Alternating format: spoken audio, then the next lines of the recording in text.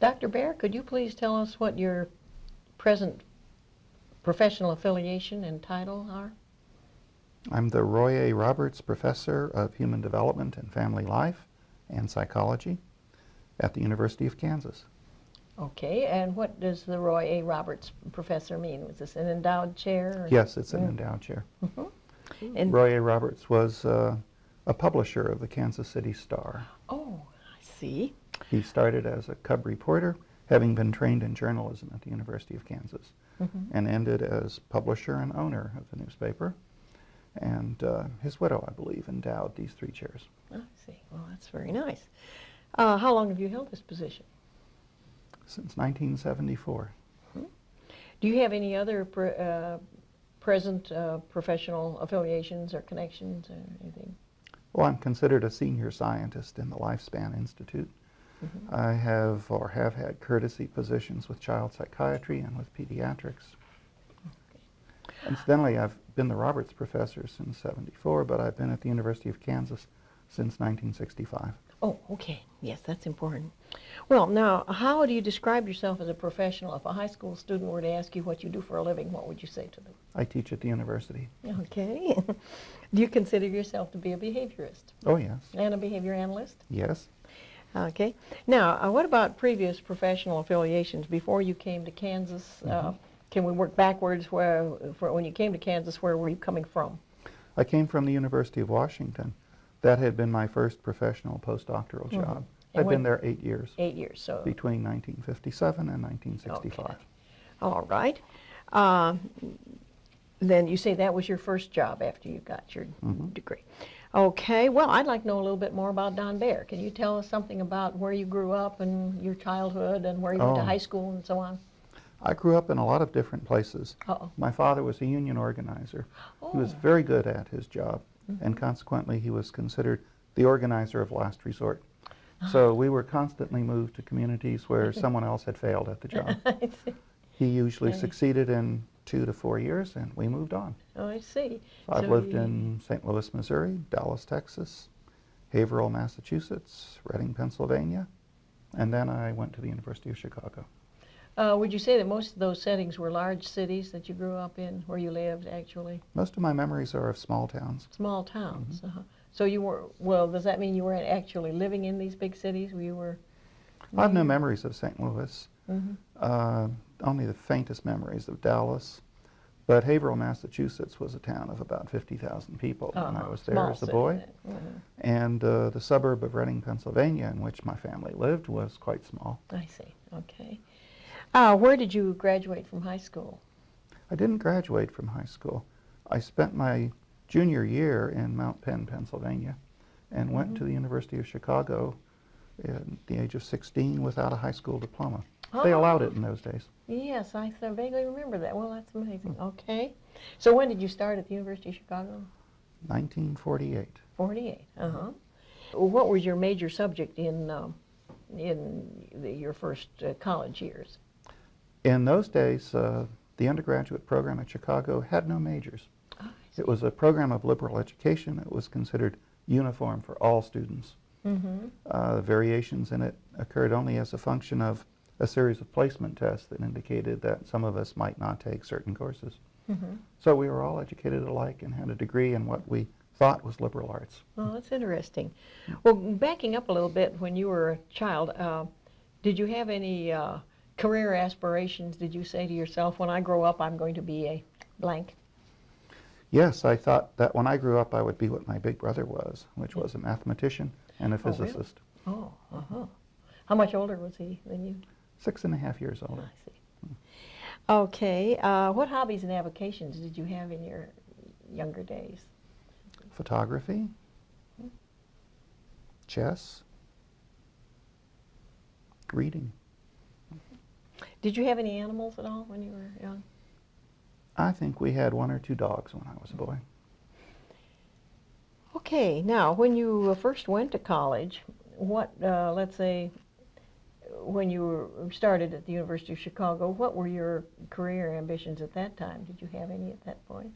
It was still to be a It was mathematician and a still. physicist. Okay. So when did you graduate from the University of Chicago? Bachelor's degree in 1950, a doctorate in psychology in 1957. You didn't get a master's degree along the way then? Psychology didn't offer a master's degree in those years at Right, Chicago. okay. They All right. felt it was a non-science degree in that profession.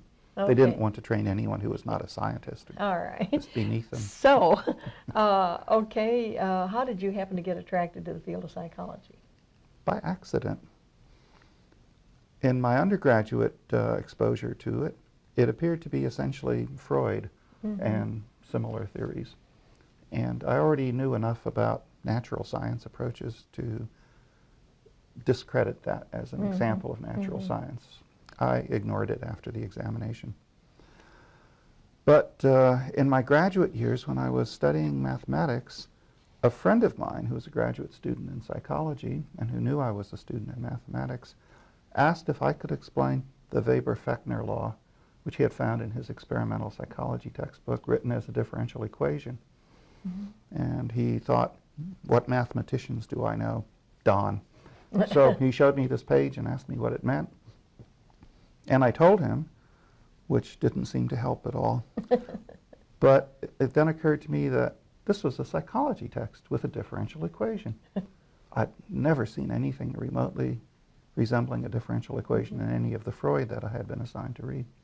I bet that's true. So I turned back a few pages and turned forward a few pages to see the context in which this equation existed. And I was just astounded to discover that there was a natural science, at least of psychophysics. And I asked him if I could borrow the book, which he was glad to let me have. I think he was rather disgusted with the problem by then. I stayed up all night reading that book from cover to cover and finished as the next day dawned. Very symbolic, I thought. Yeah. I decided I'm going to go to sleep, and when I get up, I'm going to transfer into psychology if they'll have me. Oh. They would, and I did. Okay. Do you happen to recall what book that was? Who wrote it? Yes, it was. The title was something like Experimental Psychology. The authors were Leo Postman and Egan, somebody Egan. I've forgotten his first name. Yeah, Postman, I remember very well, of course. Okay. Then you did get into psychology, and were there any people in this psychology program that particularly influenced you, would you say? Oh, yes. Yeah, okay. My advisor was Jacob Gewirtz, and he very strongly influenced me and interested me. Yeah. He himself was just learning the operant system at that time. I see. He had been trained in essentially Hullian psychology with Spence overtones at the University of Iowa. I think he very much endorsed its reliance on experimental technique, but he didn't like the style of theorizing that came with it. And he stumbled into some of Skinner's writings and found them very attractive from a conceptual point of view. And so he was just beginning to master that system when I took his course entitled Personality, which he was teaching from Science and Human Behavior. Oh, really? And, I think every other student in the course found that objectionable and complained. I thought it was wonderful. And was the Science and Human Behavior the text you used then? Yes. I had been spending a year as a new student in psychology making up my deficiencies in earlier education from psychology's point of view. And I had been looking for this natural science approach that I found in Postman and Egan. I had taken 8 courses in which it was absent, that approach. And I was beginning to think I would have to go back to mathematics when I took Gewirtz's course, the 9th one of the 9, and he used Skinner. I began reading Skinner, and I thought with great relief, here it is, a natural science logic. It's going to be all right. Good. Well, I gather then you had no behavioral psychology as an undergraduate. No. It's all Freud and things like that. Were there any others there at Chicago that you remember influencing you? Howard F. Hunt. Ah, yes. Howard Hunt was trained, I think, in clinical psychology at Minnesota. Yeah, Minnesota. He was one of my classmates. Okay. Yes. We But- used to argue with him about clinical versus, strictly operant conditioning. He finally became quite a behavior analyst in his own right, although. Yes, indeed. Yes. At the time, though, he was presenting himself as essentially a physiological psychologist, looking at behavioral measures of what might be neurological mechanisms. He was the only one of my teachers who had a going laboratory with operant boxes. He had built his own cumulative recorders very ingeniously with stepping relays. I let him know that I really wanted to learn more about the operant system, and that my advisor and I were just reading Skinner, and that I wished I knew more about laboratory technique. And he quite literally gave me to one of his senior graduate students, saying, give Don a box and a rat and put him through the exercises. And so that happened to me. That man's name was Bill Beckwith. Okay. And he later put together operant psychology and ethological psychology to some extent. He was at UCLA for many years, and may still be for all I know. But that was very influential in teaching me something about this system as a system of procedures, and what it felt like to do procedures, and what it felt like to literally be in control of an organism's behavior, which was a new experience to me, quite a new experience, something I could find no sense of in the readings I was doing. Anybody else? That's quite a crew there. Is there anybody else you can think of? Austin Reeson was doing early experience studies with cats and their visual systems, early deprivation of visual stimulation. I worked for him one summer and was very interested in his program. My advisor left before I finished my doctorate, and Austin Reeson became my advisor in absentia for that last year. Who had been your advisor now? Jacob Goritz. Jacob, yeah. He went to the National Institute of Mental Health as an intramural scientist there. And I found myself seeing Austin Reeson every Monday morning. We would have a very brief conversation composed of, hi Don, how are things going? I would say, just fine, Austin, no problems to report. Fine, he would say. Fine, I would say. I would leave. That was that. Okay, what did you do your dissertation on? What was the subject? In kittens. I tried to establish, indeed I think I succeeded in establishing, a light and a buzzer as discriminative stimuli for the mother's nursing and caretaking of the kittens. I built a two-room enclosure, one small and private, the other open and public, put a pregnant cat in it a few weeks before she was to deliver. The two cats I studied both chose to have their litters in the small secluded room, which I had hoped would be the case, and to spend their free time out in the large open windowed room. But to get back and forth between the two rooms required leaping to a fairly high platform, passing through a swinging door in either direction. I knew the kittens would not be able to do that for the first weeks of their lives, but the mother could do it freely.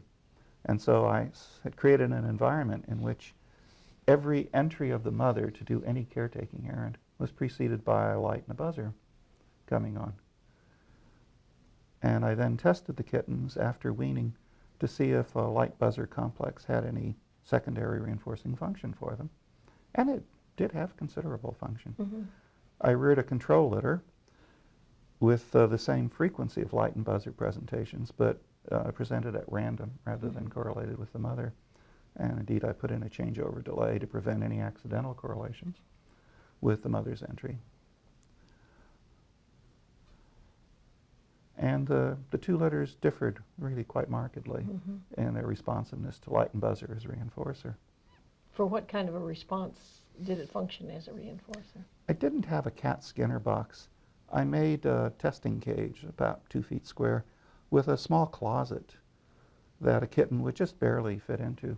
If the kitten entered that closet, the floor was on a switch and turned on the light and buzzer that had been operative during infancy. As long as the kitten stayed, the light and buzzer stayed. So my control litter spent more and more time in there. I'm sorry, my experimental litter spent more and more time in there. My control litter showed an initial spurt of going into there, which I considered to be exploratory curiosity sort of behavior, and quickly stopped going in there. It was a pretty small place. It would just hold a kitten. The kittens, I think, would walk in at first, see the light and hear the buzzer, and turn out of it. In my fanciful interpretation, I assumed they were looking for a mother, who was, of course, not there. But they would return with increasing frequency, and they would stay longer and longer. Did you notice any extinction of that as they grew? No. Really? That's interesting. I had only one box, and I had 4 kittens in each litter. I had to test them in shifts. Mm-hmm. And it took me quite a while to guarantee that all kittens worked equal numbers of hours at equal distributions of the day and night. And so I had to discontinue testing after about 4 weeks per kitten. But I had seen nothing that looked like extinction so far. What year did you get your PhD then? 57. 57, okay. And did you see any military service? No. Okay. I was exactly the right age not to. Did you have any postdoctoral fellowships or internships? No. All right. And in what year would you say you became a behavior analyst?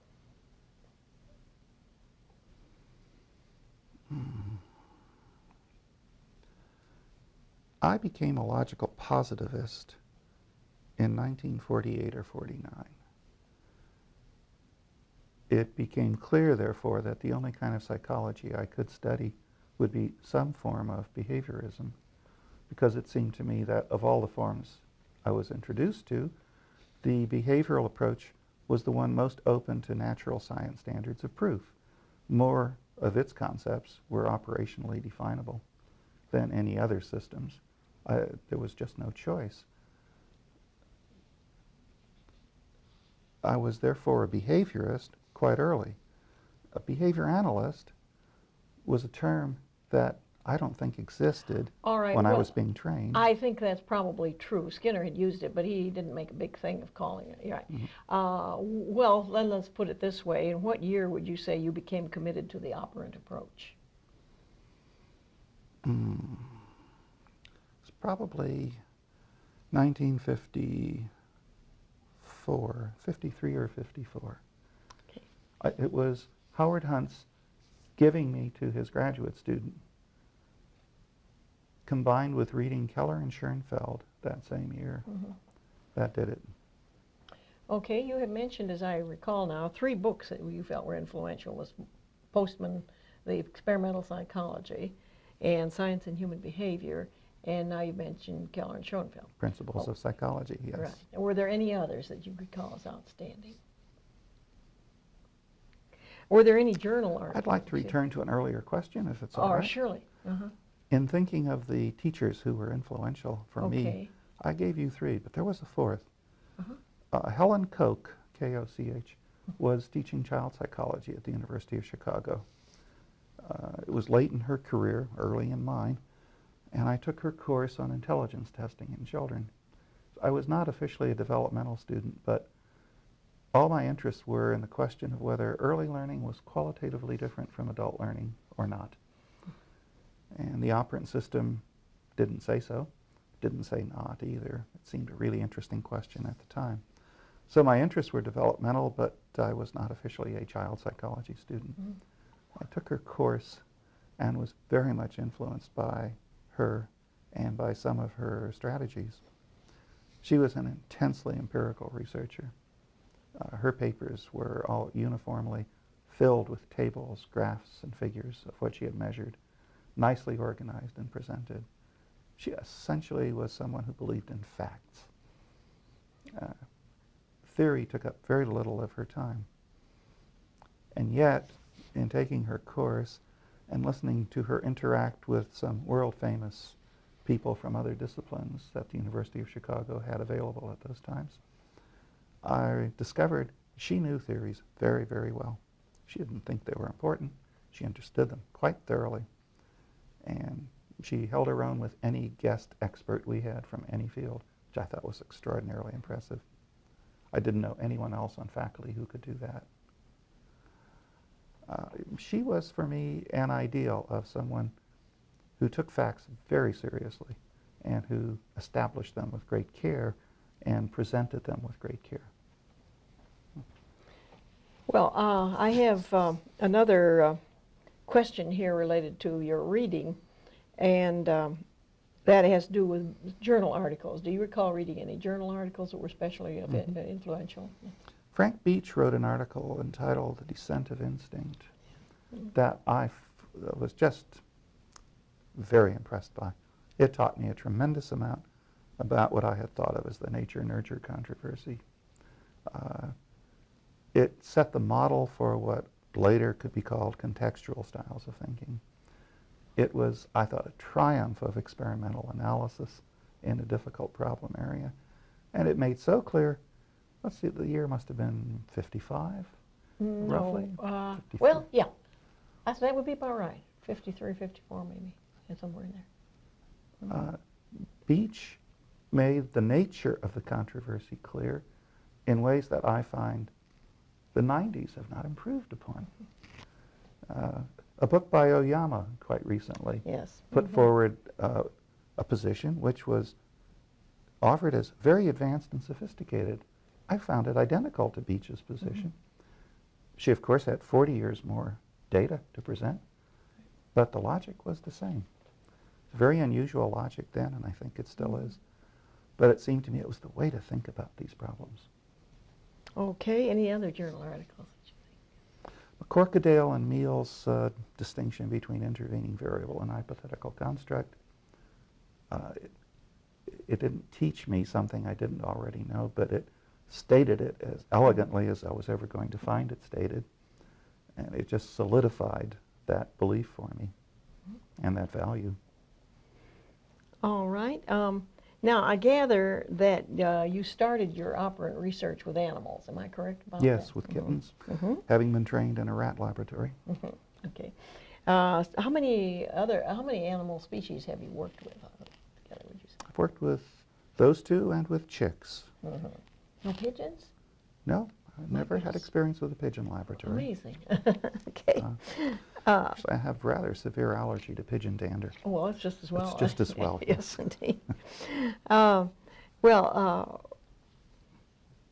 Who or what occasioned you to get into the application of these principles to human subjects? Well, my advisor, Jacob Goritz, had been trained as a child psychologist. Yes. He and I did 2 studies together in my last graduate years on conditions that we wanted to call deprivation and satiation of social reinforcers for children, defining approval from an adult as a social reinforcer, and defining a 20-minute period of isolation from people as a condition of deprivation, and a 20-minute period in which an adult lavished praise and attention on the child as a satiation condition. So I had experience studying child behavior in an operant framework in my last few graduate years. And my first job was at the University of Washington, working in Sidney Bijou's Institute of Child Development. It was clear that I should do child research and was free to do animal research, and I tried to do both. Do you feel animal research is relevant to human psychology? Oh, yes. On a scale of 1 to 4, with 4 being the high end, how relevant? 4. 4, okay. What main contributions do you feel animal research made to your own work? Articles like Beach's were entirely reviews of animal literature. They represented experiments that could be done at the animal level that could not be done at the human level. It seemed to me again and again that if proof were important to us, we would be able to get it at the animal level much more often than we would at the human level. That if proof were important, we wouldn't be able to answer some questions at the human level. We can't do experimental breeding with humans, I'm glad to say, but we can with animals. And so it seemed to me that animals were where certainty was much more easily achieved than humans. Also, humans, when brought into the experimental laboratory, are worked with under relatively weak conditions in terms of behavior management. And so they often present very complex effects. Simple principles become very complicated in the human lab.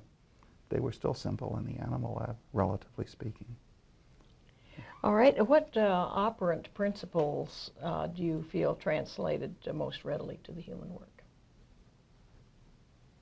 or that you found most useful? Any in particular? Well, I thought they all translated very nicely.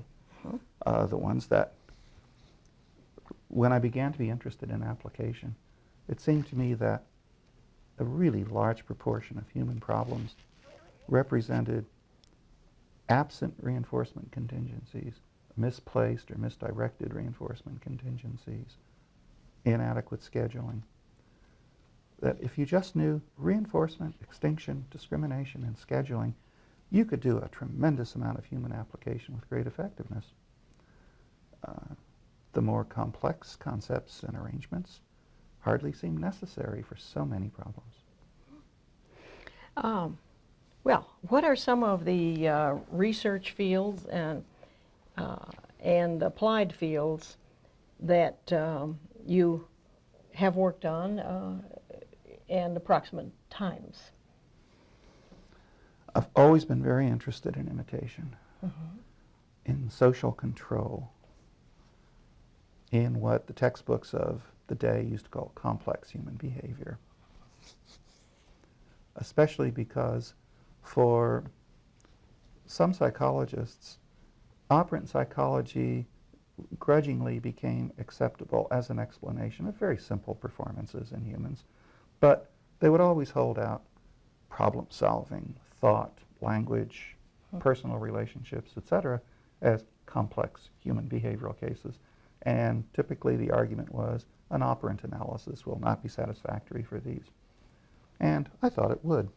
So it seemed to me an interesting research area. I went into imitation very largely because it seemed to me a complex behavioral process. It still seems that way to me.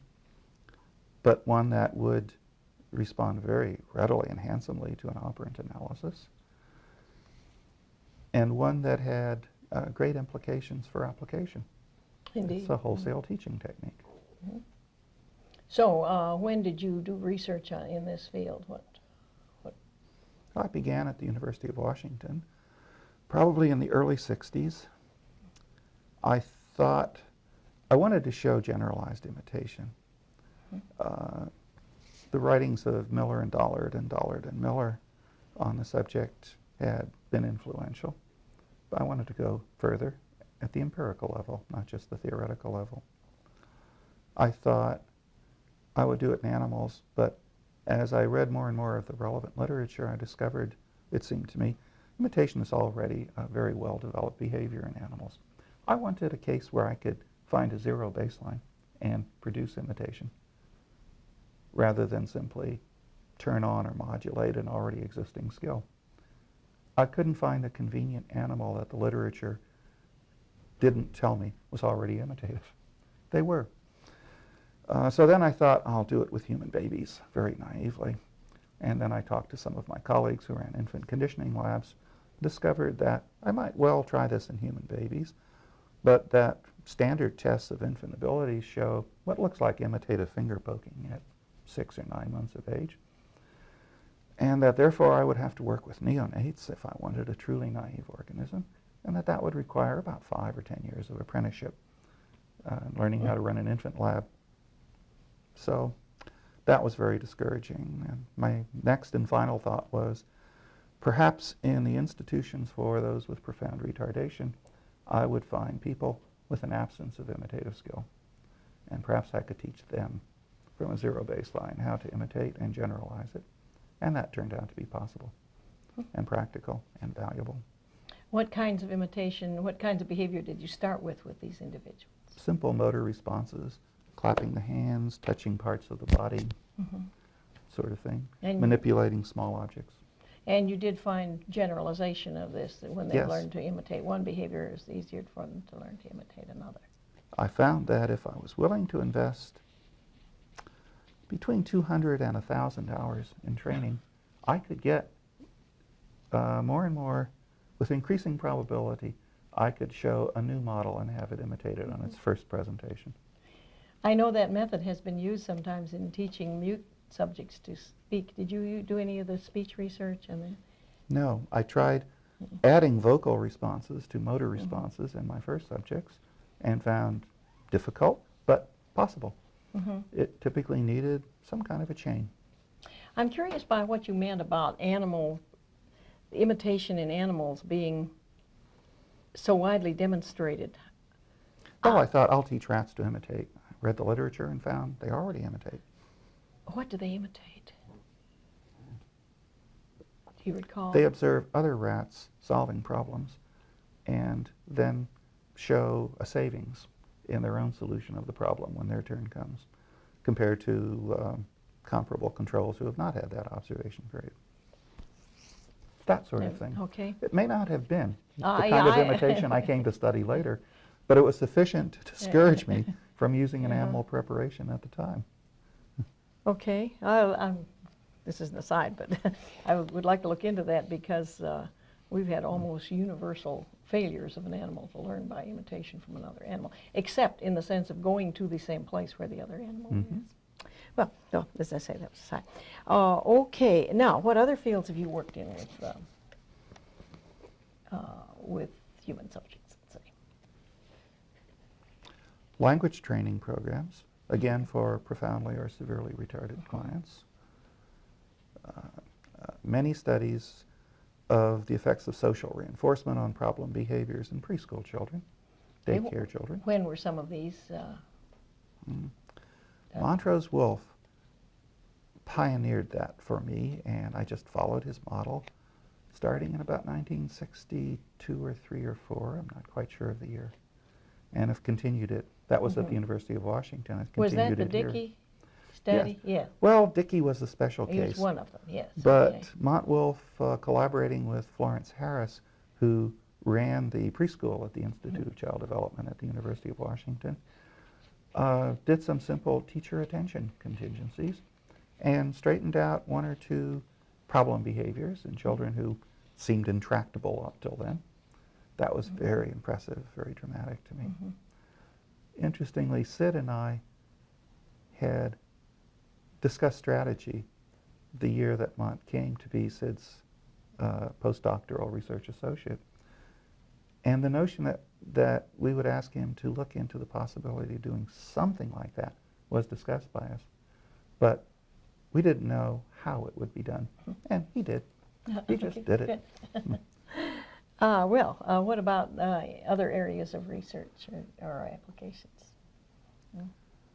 I've studied almost anything that seemed likely to improve the quality of life for people with retardation, most of it having to do with communication. And those studies you did at Washington and also here? I began the study of imitation in retarded people at Washington, but have pursued it much, much further here. I was only 8 years at Washington, and I've been 28 years here. Yeah. Also, I have many more facilities here and many more responsive collaborators here than I had at Washington. Have you applied your research in any settings other than what you mentioned in Washington? What kind of work are you doing in applied settings here or in Lawrence? I consider the preschool an applied setting. The retardation institution is an applied setting. My students have worked in all kinds of settings. In general, I allow my students to do whatever problem most attracts them, which was very much the way I was trained as a student. And so I find myself involved in quite a variety of settings about which I know very little, but my students know a great deal. And so I find myself advising in retirement homes, for example, in hospitals, in industrial plants and factories, in shops, in supermarkets, etc. Yeah, so you go into these fields as a consultant and or as your students? My students find a way in. Yeah, okay. And I offer advice, and I often say, we've got to find someone who has a lot of experience here or we will both make fools of ourselves. And typically, we can either find someone with experience there or find that there is no one to advise us and we will just have to make fools of ourselves, but at least it's unavoidable. What kind of problem has been tackled in retirement homes, for example? Oh, my favorite, by Rich Goldstein, was his discovery of 3 people in a retirement home, each of whom complained to him quite seriously of loneliness. which he told me about. And we discussed the fact that loneliness is not an operant category, that he would need to discuss with them in much more detail what the real problem was. And the real problem turned out to be in a series of conversations. They felt lonely. Well, what they meant was they never saw their family. But then it turned out they really didn't expect to see their family. Their family were typically hundreds or thousands of miles away. They knew it wasn't practical. Finally, it came down to they never got any letters from their family. And at that point, Rich Goldstein thought, now there's an operant response. Yes, indeed. I should be able to modify that, but he was puzzling. How am I going to get these people scattered all over the country and the world to write more letters to my friend and client? And then he had a thought. He asked his clients if the next time they happened to get a letter from their family and reply to it, could he read the reply before they sent it? They all said, yes, of course, a little puzzled, I think. He found that they were writing what I think of as the son of a Jewish mother, as the Jewish mother letter. It was, dear son, I'm glad you wrote to me. It's been 3 months, 2 weeks, and 4 days since you wrote to me last.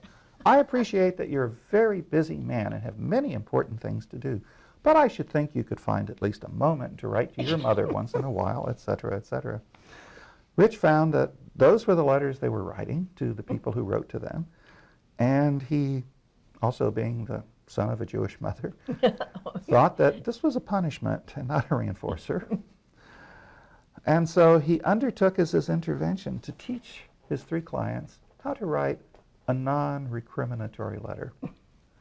Simply to say, letter. yes, simply to say how pleased he or she was to receive the letter and what interesting things had been going on in the last weeks or months, and et cetera, et cetera, et cetera. Also, just a little overkill, he taught them to write a final paragraph saying that they knew it must be troublesome to look up the address when they wanted to write again, so they would include a self-addressed stamped envelope. And did. Mm-hmm. And in his study, in which he asked only for permission to look at new envelopes coming in, not read the letters of, but just see that a letter had arrived, the least he did was triple one of his clients' rate, and the most he did was by a factor of 10. My goodness. And also he was able to show, because his 3 clients had saved the letters they received from family in the way that young lovers save love letters. It tied them up in ribbons and put them in a drawer somewhere, and allowed him to at least look at the envelopes of these and the return addresses. And he discovered that people who had not written in the last many years suddenly were now writing. We both guessed that the family were, in effect, communicating with one another and saying, you won't believe it, but Mom is just not recriminating anymore. Write her, you'll see. You'll like it. Well, that's great. Yes, it when, worked when was this wonderfully done? well. Oh, my. I think in the early 70s. Mm-hmm. Well, have you done anything else along this line? Your students? One of my students proposed and began to carry out a study of memory in the elderly, trying to compare taste to visual and auditory events, Mm-hmm. thinking that taste might be special, although the literature argues that taste declines quickly in the elderly. But that study came to nothing. We learned nothing from it. It was an interesting idea, though. Well, any other projects that you can think of that are particularly interesting or surprising or novel? Self-control, or self-management, or self-instruction has been a theme for the last 10 or 15 years for me. Is this with children or with adults? Typically with children. Yes. Mm-hmm. The first study of that sort was done by one of my students, Jacqueline Holman, who had come from Australia to study here. She proposed a self-monitoring study in preschool children Preschool. that I thought was obviously possible to do, but my sage opinion to her was that it would show nothing. There would be nothing reportable. And at the end of a year's effort, she would have no dissertation from it and would have to start a new problem. And so I wisely told her that the question was whether she was willing to spend an extra year in the United States. She thought about it very carefully and decided she would just take the risk. And she was right. I was wrong. The results were very clear. Self-monitoring was a way that children could compete with social control by their peers, to follow their teacher's instructions, to do their work, to stay on task, etc., despite invitations to act up, act out, etc.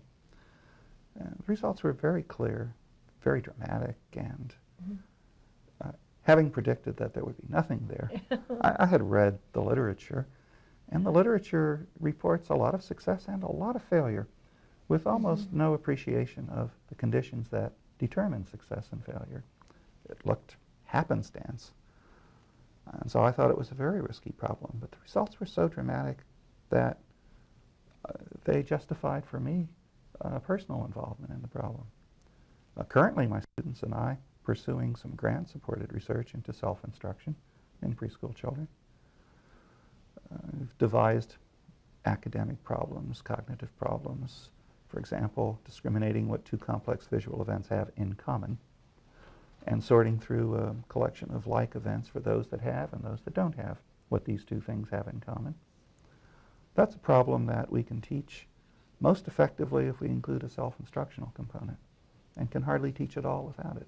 Is that right? We teach what seems to us a complete task analysis of an in-common discrimination and a sorting skill, and show clearly that all the components are there and fluent and accurate. And then present our criterion problem and get failure. And using that failure as baseline, we ask one question: what are you looking for? To which the child replies, oh, I'm looking for green triangles. And from then on, sorts accurately. That is, the child who is looking for green triangles and has not said, I'm looking for green triangles, fails. The same child, having been asked, what are you looking for, and saying green triangles, succeeds.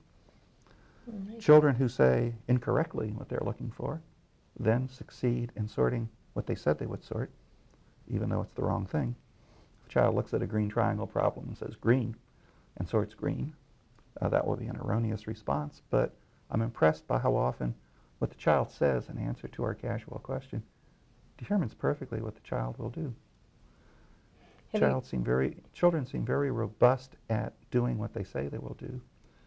They don't seem so robust at saying the right thing, but what they say, they do. What about self-management skills and social behaviors? I'm thinking of things like picking up their toys or picking up their clothes, and then on the social skills, saying please and thank you. Have you had any self-monitoring work on things like that? There's a lot of literature on that kind of problem. I haven't worked with it myself to any extent. Well, in your applied settings, well, in any settings, have you dealt with groups of subjects rather than individual ones where the contingencies are group contingencies? You have not. Very rarely. Many of my colleagues have done that. I've been intrigued at the results, also made a little cautious by some of the anecdotes coming out of those results. For example, if you set up two groups of students in a classroom to compete for the reinforcers, it controls a great deal of behavior, but sometimes it also leads to one team discovering that a particular member of their team is holding them back and costing them reinforcers. And sometimes they turn towards the education of that recalcitrant member in heartwarming ways, but sometimes in aversive and ugly ways. And if that's left uncontrolled, I see it as a danger and a drawback. So I'm wary of group contingencies. Yeah, apparently a lot of things can happen. Unless you're prepared to make sure that nothing bad happens. In any of your work, have you experienced any failures of behavior analytic principles, the basic principles? Principles, no. I fail. Okay. I once was asked to give expert testimony in a federal trial. The state of Alabama was in court on the grounds that it was not offering habilitation to retarded clients in its state institutions, that it was housing them and keeping them in healthy circumstances, but was not trying to teach them. Its defense was they were unteachable. And my role in the trial was to say that I had succeeded in teaching profoundly and severely retarded clients a list of skills which must have seemed impressive in the trial. But I thought the more important part of my testimony was that it also failed to teach such clients often. But what I could say with heartfelt conviction was that when I had the time to try again and again, differently each time, when I had the time to experiment with the techniques I knew about or could invent, eventually I succeeded. I thought that was the most impressive thing I said in court. I don't know what the court thought. Mm-hmm. What were the results of that trial? That was one of the Wyatt trials, Uh-huh, and the I results think were that Judge Johnson, Frank Johnson, ordered the state of Alabama yet again to increase their efforts. Mm-hmm. And I thought he was correct to order them to do that. Although I felt that the counter questions that should have been asked were not asked. That is, I could say, if I am free to try again and again and again, eventually I will probably succeed. But if I were asked, can any psychologist we might hire here say that, I would probably have to say, no, I doubt it. Mm-hmm. I think there are relatively few people trained very thoroughly in behavior analysis who know what to do when they fail and who know what to do when they fail again. Yeah, that is regrettable. Well, have you found in any of your work any problems that you felt weren't addressed by behavior analytic techniques? Techniques, perhaps. Principles, no. Principles, no. Okay.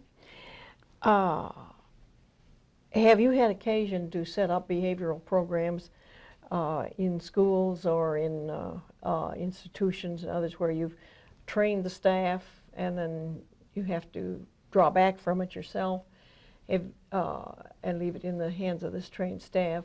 Have you found much drift in these programs? I've had a lot of diverse experience with that. If I train people and then I leave, I'm almost certain that program will discontinue fairly soon. So you say it'd be a 4 in terms of 1 to 4 rating on how often drift occurs in situations like that. In that situation, certain to occur, almost certain. What would you say is the nature of the drift? What drifts first, let's say? In my experience, mainly people just stop doing They what they stop were doing. reinforcing or stop. Yes. Unfortunately, what I know to tell them to do to solve their problems is extra work compared to their baselines. And they just stop the extra work. If, on the other hand, there's someone who stays there, someone who works there, who can become the champion of these techniques, it's as if I've stayed behind when I leave. And then they continue very well. Under ideal circumstances, when you've set up a program like this, how often should a skilled person like yourself or a trained consultant interact with these people who are practicing it? At least weekly. At least weekly. And preferably more often. When I first began working in retardation institutions, I discovered that the staff who asked me for possible solutions were eager to hear my suggestions and eager to get other staff to try them out, but that the other staff often simply didn't try them out. They agreed. They perhaps went through a few motions, but they really did not make a full effort. And after a few weeks, it would be obvious that they weren't going to, and that no one's behavior had changed, and that this project had failed, and I should leave. And I stumbled into a principle, which was to say, in effect, oh, I will never leave. I will be here forever. I love coming to your institution every week and bringing my students, and I expect projects to fail. But when they fail, I will still be back next week with a new project that we might do. So those of you, in effect, who are practicing sabotage as an operant to get rid of the nut from the university are really on extinction. You will never get rid of him that way. And sure enough, they never got rid of me that way. My association with our local institution was very enduring, and at some point, when the state was in excellent economy, I was made a member of its staff without pay. And occasionally, superintendents would change every 3 or 4 years, and I would go on forever. That was another thing staff learned. That is, Baer was more durable than the superintendent. But another that's an important aspect of principle. it for me was that when talking to a superintendent who might be reluctant to let a certain project go on, I would of course defer to his authority in this matter. But I would remark philosophically that I had been here before he came, and I would be here after he had left, and we could try it then. And quite often that led to a laugh and a sort of resigned agreement that, all right, we could do this project now. Well, would you care to guess about how many staffs, how many individuals you have trained in methods like this? Doctoral students? Well, I'm thinking of either doctoral students or what I think particularly thinking of is staffs in institutions and teachers and people like that. I think I've trained 8 or 10 staffs in the local institution. I think my students have trained twice that many. And maybe, so it's up in the In a hundreds. variety of places. Probably hundreds of people. How many graduate students have you trained? You know? I had occasion to count them a month ago. Did you? 70. 70, really? Would it be possible to get a list of your doctoral students? With difficulty, yes. Okay. I keep in my office a map and a little flag for each one of my PhDs, yes. where I last knew them to be. Yes. So we could stand in front of that and write down names. Okay. Well, if I'd like to get that at some point. Maybe you could assign a graduate assistant to do that. So we won't be back to Kansas anytime soon, But you would like a letter? I certainly would like a list of your students, your graduate students. Okay. All right. Have you experienced any ethical questions or objections about changing or controlling behavior? Oh my, yes. Okay, what's some of them? For decades. Okay. What is the nature of most of them, would you say? Most of them, I think, simply argue that people like me should not take on the responsibility of altering someone else's behavior. It should be done only by people officially authorized to do that. Other arguments, in effect, contradict themselves by saying, it's not possible to do that, therefore it's immoral for you to do it. Okay. Another line of argument is that they don't mind the notion that behavior has changed. After all, what is teaching? They don't like my values. I don't have the right values, and therefore I should not be changing anyone's behavior. Do they say what kind of values they would like to substitute for yours? Vaguely. That argument, most often in my experience, has taken the form of saying when the child is ready to learn, the child will eagerly go out and seek instruction, and you will not need reinforcement contingencies or discriminative stimuli or schedules or mass trials or any of your paraphernalia. And when I reply, in the days when I used to reply, I've given up really, when I used to reply that I thought I had seen children who were not ever going to be ready to learn, the argument was either that I was just being rhetorical and had not looked long enough, or that if they were never ready to learn, then the moral thing to do was to let them never learn. Okay. That they were the best judges of the skills they should acquire and not acquire. I would reply with what I thought of as a moral stricture from a behavior analytic, an applied behavior analytic point of view, which Ion and Azrin stated years ago as the relevance of reinforcement rule. The rule was simply, don't change any behaviors that won't remain changed after you leave. I thought that was really wonderful advice. It indicated that my targets had no real function for my clients and that I was wasting their time. Sometimes I can predict what will have no function for them, and I can save us both time, but sometimes I cannot. The only way I can find out that it was useless to have taught these skills to these people is to discover that they discontinue as soon as the program ends. Have you experienced any ethical objections about using animals in research? I haven't experienced them directly, but I certainly have seen them in the media. Have you experienced any objections based on the fact that these methods now being applied to humans were based on animal research? Oh, occasionally, not recently. Not recently. It used to be argued that they couldn't possibly be correct because of their origins in the animal laboratory. Have you found strong resistance administratively in your programs, where you go into an institution or? No. Okay. Not from the university, not from the retardation institutions in which I've worked. The people in charge that I've worked with have all been responsible in the sense of meaning that they wanted to know exactly what I was going to do. Mm-hmm. And when they found out exactly what I was going to do, they found it bland and innocuous, and thought that what I might accomplish, I think many of them doubted I would accomplish it, but they thought if I did, it would be a good thing for their clients for that to happen. A few of them have in effect said that they had to run their institution in a fishbowl. They had to withstand any kind of public scrutiny. Mm-hmm. Therefore, I had to do the same thing. We both had to be accountable to our society for what we were doing. But I've never asked to do anything outrageous. Mm-hmm. So for the most part, I've encountered encouragement and agreement. Oh, what about these superintendents you mentioned a little while back about, maybe not wanting to carry out a program, and you mm-hmm. tell them you're going to be there after. How would you put that kind of objection? Would that be an administrative objection, or? Yes. Most often it took the form of, you want to train staff to do something. I wish you wouldn't bother the staff with extra work. Mm-hmm. Okay, so it's economic kind of objection and effort for staffing. Mm-hmm. Okay, if you have any experience with subjects resisting behavior change?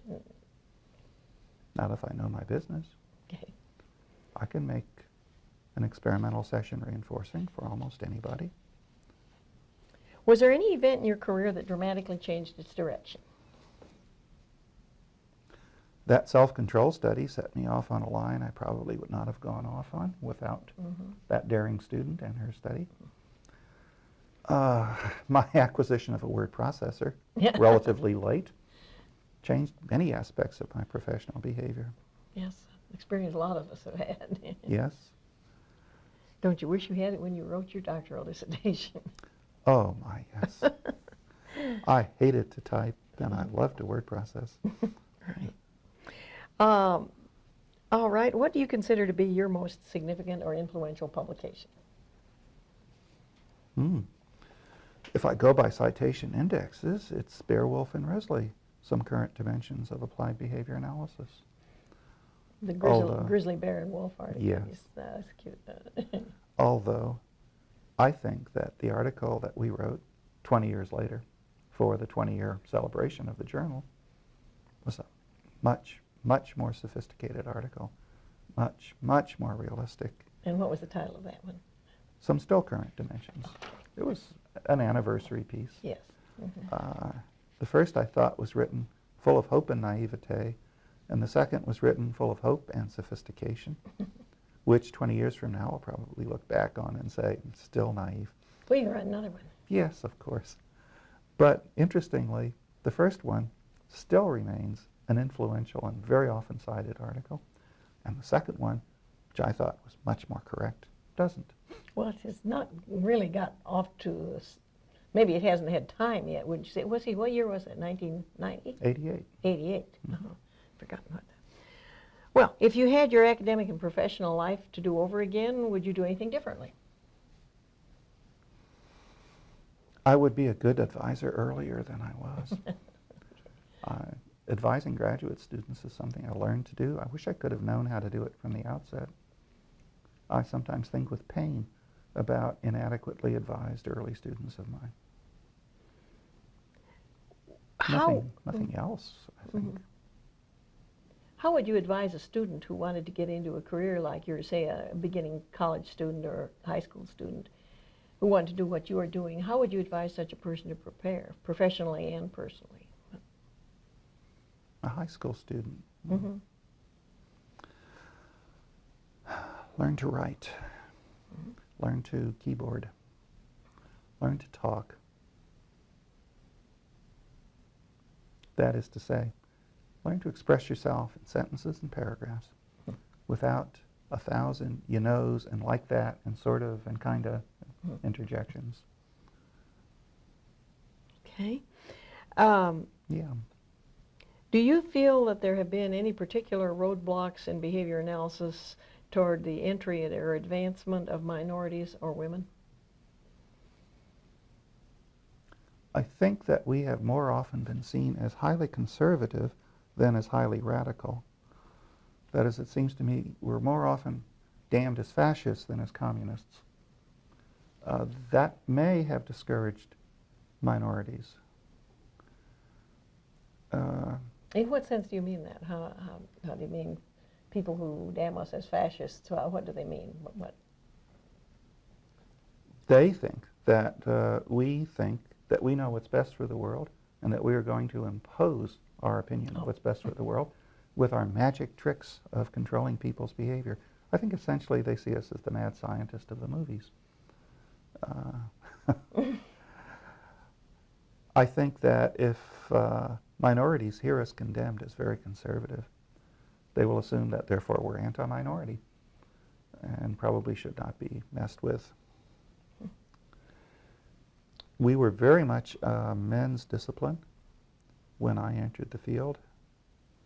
When I was a student, I would guess about half of my colleagues were females, but the men survived to a much greater proportion than the women did in those days, and I'm not sure that may still be true. More of my colleagues have been men over the years than have been women. On the other hand, more of my students have been women than have been men, and have survived, have done their doctorates, I'm delighted to say. Some professions I know are seen as a woman's profession or as a man's profession. When I was a graduate student, child psychology was seen as a woman's discipline.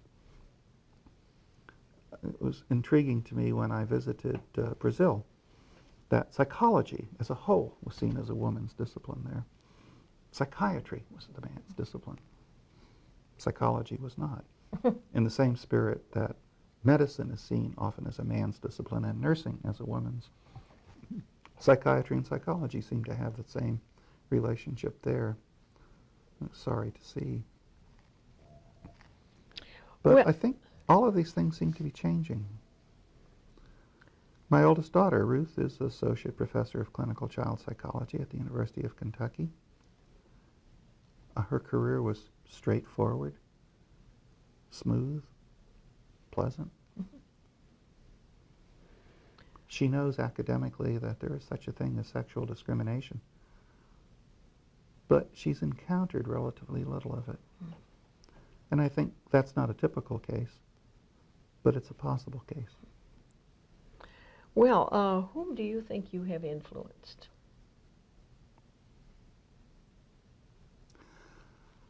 I don't like to think that I have influenced anyone. Oh, not in a fascist sense, no. Yeah, I know what you mean. I like to think that what I do is teach, and that what I teach are the methods for finding out what you want to know, when what you want to know is something that research can answer. I would like to think that what I teach are techniques of analytic thought and logical thought. I would like to think I'm passing on centuries of tradition in teaching those skills, none of which needed to be innovated by me or my colleagues, that I'm a member of a 1,000-year-old tradition of the universities, and that we teach methods of inquiry, methods of thought, and criticism of both. And that if I've influenced anyone, I hope that the form of influence is to find out rather than to assert. Well, would you say that if your students, you've had successful graduate students, many of them, and apparently they've gone out to successful careers and have probably learned this, would you say you have influenced this group of people? No. I would say Okay. I had facilitated their going where they were going anyhow. Okay. Well, given that, I've made a big difference in a few of my students' lives. Trevor Stokes constantly acknowledges that I made a big difference in his life. And that's because he was in Australia. I was there on sabbatical leave. I advised his senior honors thesis. And the next thing you know, He had come to the United States and done his doctorate here. We had published a lot together. There are a lot of Stokes and Baer articles in the literature, relatively speaking. He thinks I influenced him greatly. It seems perfectly clear to me that Trevor Stokes was going to become an experimental behavioral scientist. The fact that it was in behavior analysis rather than something else, highly research-oriented, is an accident that can be attributed to me. The fact that what he learned at Kansas and acquired some of the patriotism that goes with the place is an accident that can be attributed to me. But I don't see these as the essential Stokes. The essential Stokes was going to be what he was. I made it easier for him, and because he did it with me, he has a few traits that he wouldn't have had if he'd gone somewhere else. But they're not essential traits. They're just decorations. Well, given that, is there any group of people you would like to influence? I'd like everyone to proceed as if this were a rational universe and as if questions of fact should be answered factually and well rather than factually and badly, or not even factually. I'd like us all to follow the rules of logical inference. I'd like us to think well. I wish everyone could learn that. Do you use behavior analysis in your everyday life? Surely. I mean, there's really no, I think you must be asking a different question, because that one's an automatic question. What choice do I have? All Do you mean am I planning and programming? Not necessarily, but do you use it, you might say consciously, or at least semi-consciously, with your family, friends, graduate students? That's an easier question to answer. My wife and I raised 3 daughters, and both of us very consciously planned many things in their lives. We wanted many behavioral skills and patterns to emerge, and we did our damnedest to program them. Were you successful? Oh, yes, Yeah, thoroughly. Okay. But I don't do the same thing with my students. I think of children, and as my children as my responsibility for shaping. I don't think of anyone else's children as my responsibility for shaping. And I don't think of my graduate students as children to be shaped. I think of them as grown-ups who had better make their own decisions. I like to play the role with them of advisor. If they come see me, I give voluminous advice. I can talk forever. If they don't come see me, I don't say a word. Well, do you reinforce them when they do good work? No. You don't? I don't Okay. deliberately approve. Some of my students have said, very recently, a number of my students have said, and some of them independently, that the best reinforcer they ever got from me was idiosyncratic. It was a cocked head, raised eyebrows, and a vocal expression of mild surprise. Okay.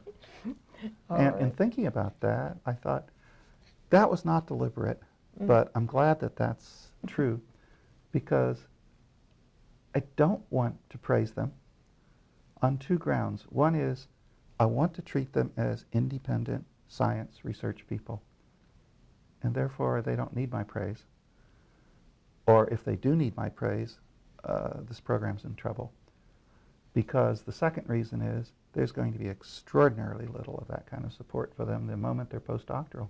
Sure. They're going to go out into a world which will heap criticisms, arguments, counter-arguments, etc. on their work. Almost never will tell them that they're doing a good job.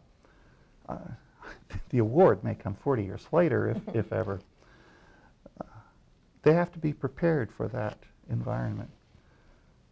But although that's a wonderful rationale for using very little praise, it's not my first rationale.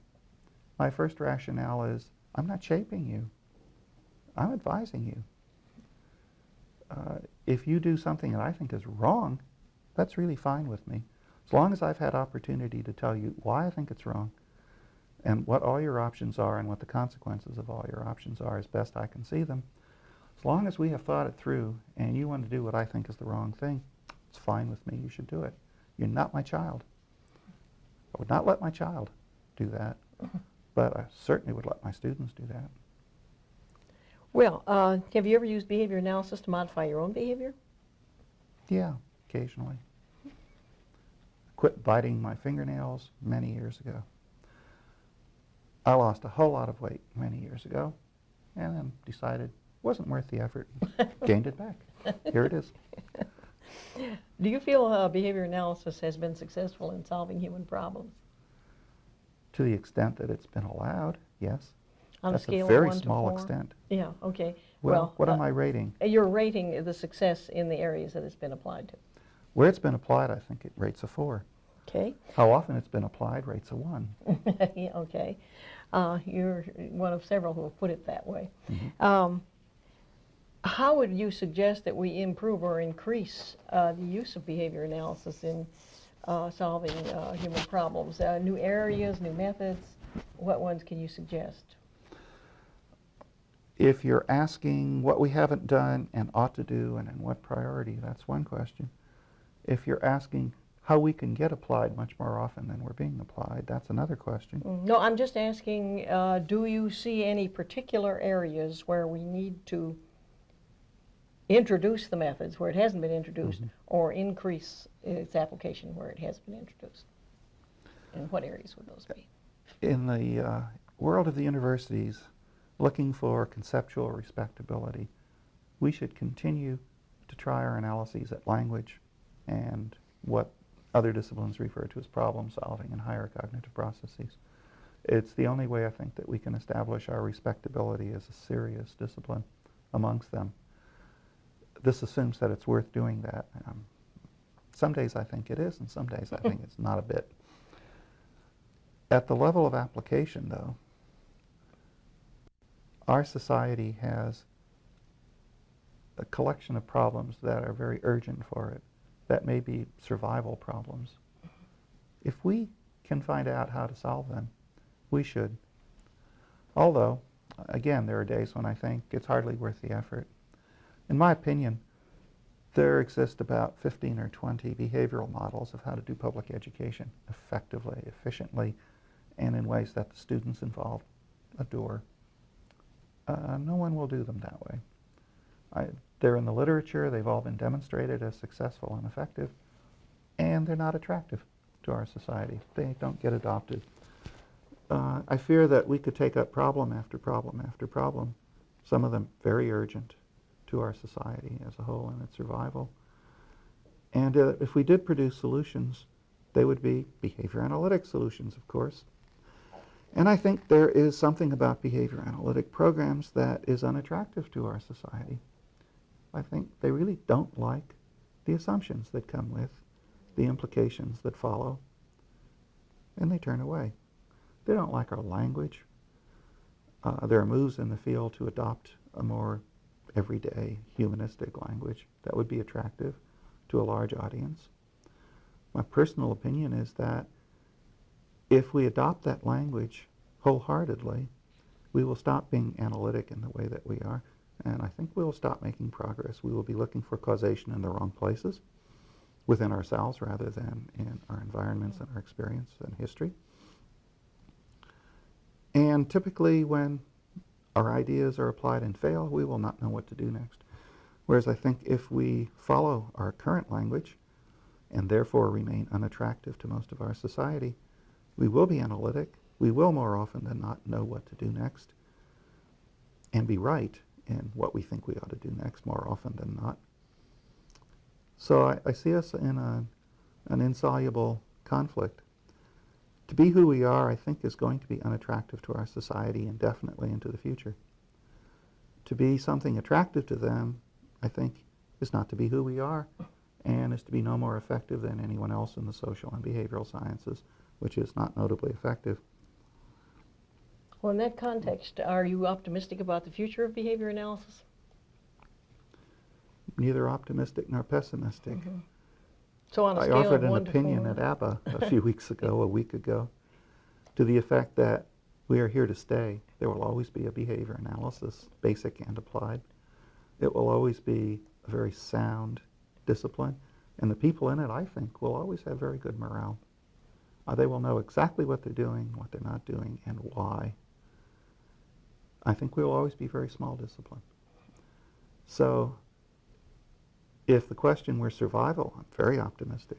If the question were morale, I'm very optimistic. If the question was growth, social acceptance, fame, I'm very pessimistic.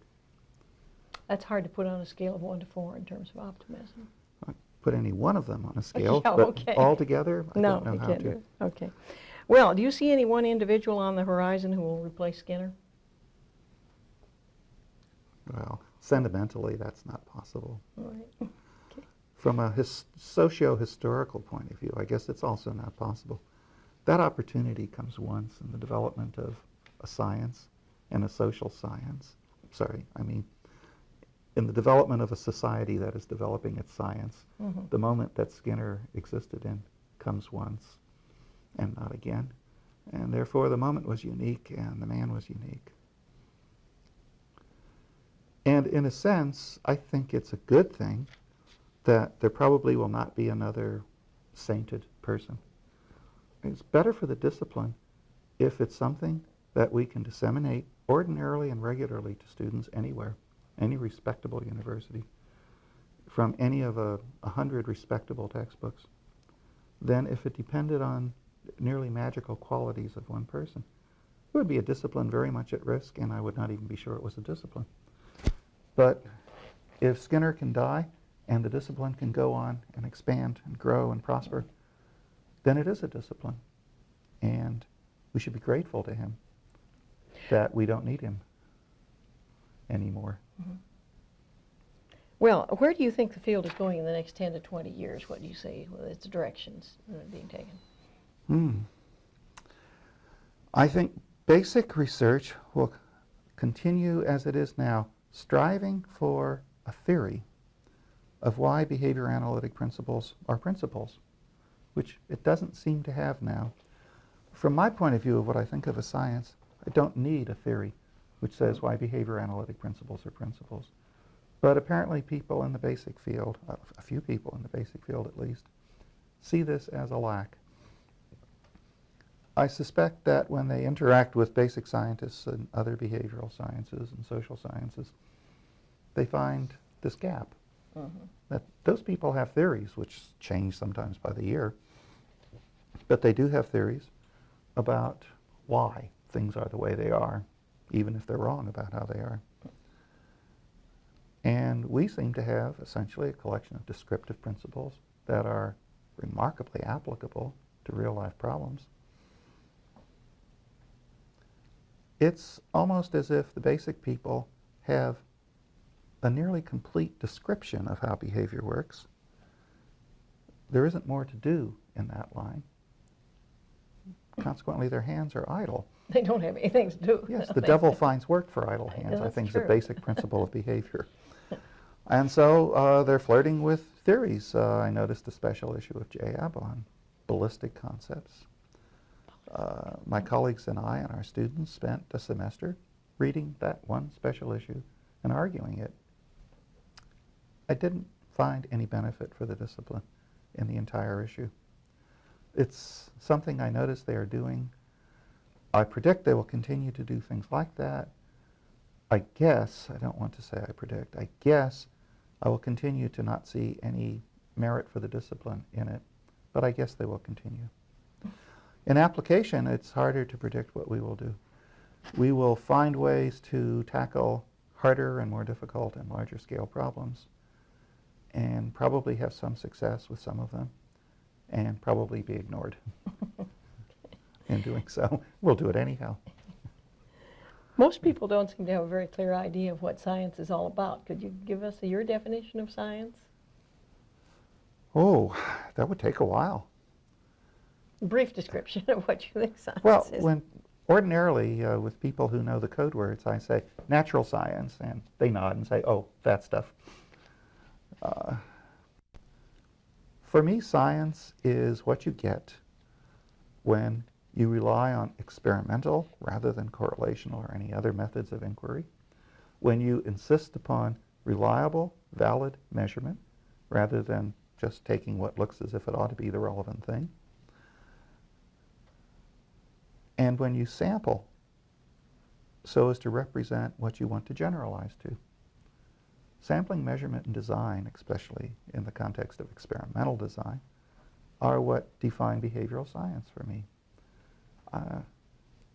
When I was too young to understand what was happening to me, that was the kind of science that captured me. Mm-hmm. I looked at that and I thought, as a very young person, that that was powerful. It felt right. The University of Chicago was responsible and careful and elegant in forcing me to look at a dozen modes of science, of inquiry, of knowing. And dutifully, I looked at them all, but only the one labeled natural science evoked acceptance, and all the others evoked rebellion in me. They didn't look right. I could see they were not dependable. That was not what I would like to be able to call the truth. I mean, things produced by those techniques were not what I would want to call the truth. Okay, what about technology? How is that different from science? I don't think it is different. It's science pushed to the point of great reliability. What's been the impact of science as a whole now, not just behavioral science, but as a whole on your own life? Fantastic. Everywhere I turn in my environment, science, through society, has been at work modifying that environment. I don't raise my own food, I buy it. That's a fantastic technological development, possible only because a number of sciences are as adept as they are. I live in environments surrounded by energy at the flip of a switch available to me. Again, that's fantastic technology with very solid science behind it. I am never too cold and rarely too warm. This is an exceptional moment. I noticed. Yeah. I am never in trouble. My health is safeguarded in hundreds of ways, and I have many resources to turn to. My comfort is safeguarded in many ways. I'm free to do this university job, to inquire into how the world works, and to teach students, and to research, and to think, and to argue, never having to give a moment's thought to my basic needs. They're all arranged. That represents a fantastic control over our world, for that to be true for me. What about the impact of science as a whole on the world as a whole? It seems to me you have to survey the world and ask how many parts of it can say what I just said.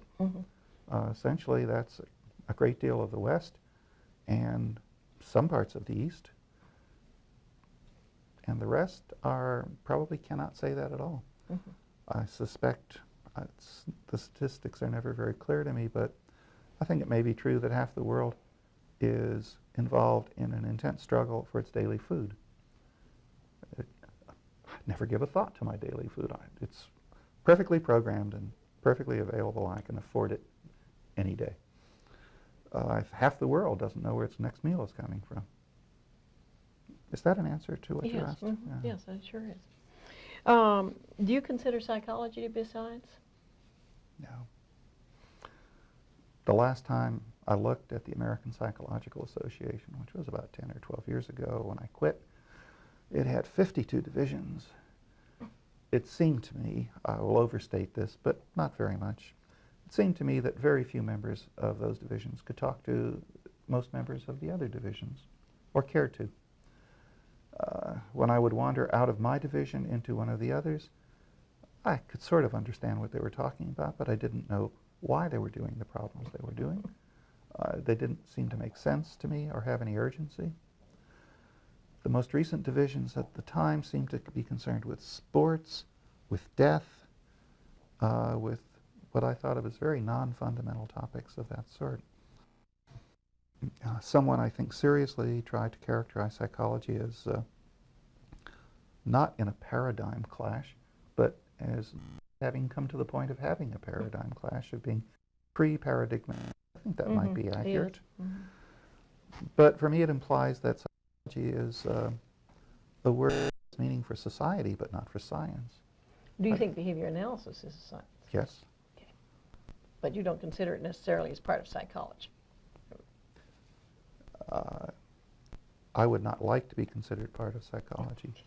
Occasionally I feel quite ashamed And I would not like my society to think that I am any part of what I think of as follies, and sometimes as vicious follies, perpetrated by psychologists as if it were psychology. I just don't want to be known as a psychologist. What do you consider the average person in the street's concept of science to be?